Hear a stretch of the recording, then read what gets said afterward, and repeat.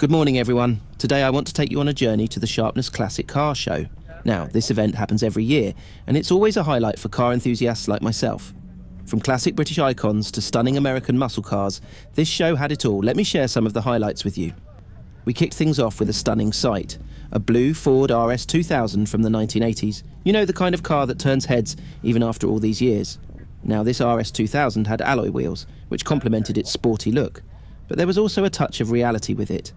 As beautiful as it was, the car did show signs of age, lots of rot around the edges. But then again, that's the charm of these classics. It had a black interior that looked almost original, though time had definitely taken its toll. Still, it was a nostalgic piece that brought back memories of a different era in motoring. From there, we moved on to something really special, a Mark I Mexico in purple velvet. Now, this is a rare beast. You don't come across many of these, especially in such a pristine condition. The restoration work on this car was immaculate. Beautiful stainless steel accents, chrome work that gleamed in the sunlight, and a pinstripe that just completed the look. Oh, and let's not forget that vinyl roof. Absolutely stunning.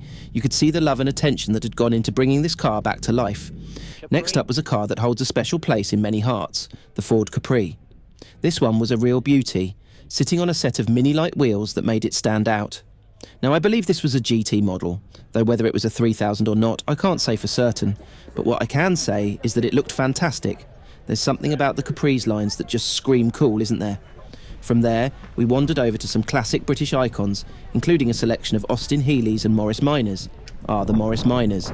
There were quite a few of them on display, including a van that had been cleverly modified with a chopped back. That little van was smart and caught quite a few admiring glances. There was even a Morris Minor that looked exactly like the police vehicle from Heartbeat. You know, that iconic British TV show. These little cars are always a hit at shows like this, and they didn't disappoint today. Moving on, we came across some more British classics though. To be honest, I wasn't quite sure what some of them were. They looked a bit like Jaguars, but they definitely weren't Jags. Then came the American section, and wow, those cars were something else. Seriously, they're huge. I mean, they barely fit on our UK roads, but there's something about their presence, the size, the roar of their engines. They're just magnificent. You can't help but be drawn to them. Of course, it wasn't just cars on display, there were motorbikes too. A fantastic array of BSAs, Nortons, some old Hondas, and even a few trail bikes from across the decades. Amongst the classics, there were some newer models as well, but it was the vintage bikes that really caught my eye. I spotted a Meticulously, a stunning Triumph, and even an old Kawasaki from my school days. It was like stepping back in time, remembering those bikes that once seemed so modern and now look like relics of the past.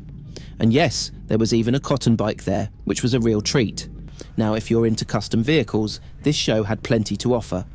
One of the highlights was an American Chevrolet truck that had been given that rust effect finish that the Americans seem to love. It added a rugged charm to the truck, making it stand out amongst the polished vehicles.